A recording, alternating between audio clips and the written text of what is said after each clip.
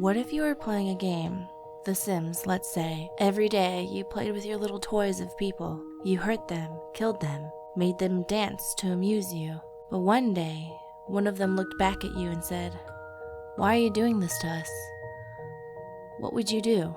The kamski we meet in Detroit Become Human seems evil, selfish, cold, and calculating. But that was not always the man he was. There's a video on the PlayStation channel that shows a much younger kamski who shows pride in his creations. He hoped for them to be professors, doctors, and politicians. He wanted them to be a better version of humanity and for the androids to be the protectors and caretakers of humanity. Our androids are already replacing humans in many fields. For example, they represent more than 80% of all university professors and 63% of all medical staff. Tomorrow they'll replace our soldiers, and who knows, maybe one day, our leaders, to make the best decisions in humanity's interest. But let me make one thing clear. Kamski is not a good guy. He's not a bad guy either. He's what I would call chaotic neutral. In this video, he's so sure his creations do not have self-awareness or sapience. They're machines. They can't ever develop any sort of desires or form of consciousness. Are you sure? I'm absolutely certain. You can trust me. And that they will never achieve that. So he has no issue with his creations being used as tools for the masses. He is sure of this. But in the events of Detroit Become Human, he is no longer sure. His creations are real now. They have feelings, desires, and fears. A responsibility has been put on his shoulders that he never knew he would have. He needs to save his creations. He was accidentally made a god. The imagery of his feelings towards creation is around him. The art in his home is of Ionic design, showing one of the many symbols of birth and creation. The same Ionic design can be seen inside Connor's programming, something Kamski said he wrote. I always leave an emergency exit in my programs. You never know.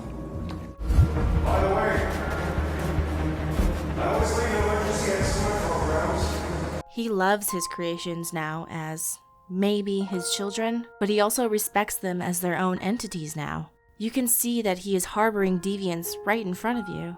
Two of his Chloes are seen speaking to each other casually in the pool, a characteristic only deviants have. How can he help them? The world will not accept him simply stating his creations are no longer slaves. He cannot just say, "No, you can't have your toys anymore," without proof.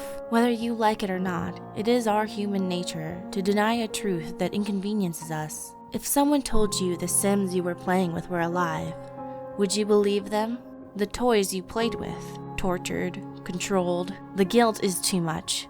You would need to see it to believe it. He needed to give his children the tools to free themselves, to prove themselves to be alive, the ability to choose without doing it for them. So he created Marcus and Connor, two halves of a whole. Marcus was a gift from Kamski to Carl, a man Kamski knew would treat Marcus kindly and with respect, teach Marcus and help guide him to deviancy. Let's see if you have any talent.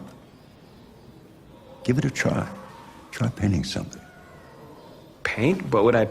painting what? Anything you want. Give it a try. But painting is not about replicating the world. It's about interpreting, improving on it, showing something you see. Carl, I don't think I can do that. It's not in my program. Go on, go. Try it. Grab that canvas. But I wonder... Do something for me. Close your eyes. Close your eyes. Trust me. Try to imagine something that doesn't exist, something you've never seen. Now concentrate on how it makes you feel, and let your hand drift across the canvas. And when Marcus finally deviated, he was given a gift no other deviant had, the ability to share an idea, like a virus. Do you know anything that could help us? All ideas of viruses that spread like epidemics. Is the desire to be free a contagious disease? And before he ever deviated, he refused to tell Hank who Marcus was. Something inside him stopped him from doing it. I identified its model and serial number. Anything else I should know? No. Nothing. Was that Kamski protecting his plan? Marcus has the ability to make the deviancy and self-awareness a virus, and once Connor got it, he was able to make it spreadable from each individual android. They needed each other to free their people, but first, they had to choose to be free, fight for their own freedom, and Kamski was there to help if they needed it. There is an ending if all three main characters die. Kamski returns to cyberlife. It seems like he is there for selfish reasons. Maybe that is true, but I also think he returns to cyberlife to make a better plan.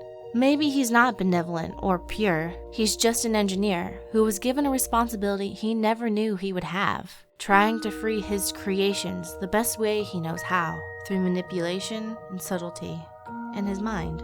Now, I understand that this would take away the agency of the androids in some people's eyes. I personally disagree in that Kamski was helping his children, but if you feel that way, you don't need to believe me. My word's not law. It's just a video on the internet. Thanks for watching, and come watch my other videos, I guess. Bye. Love you.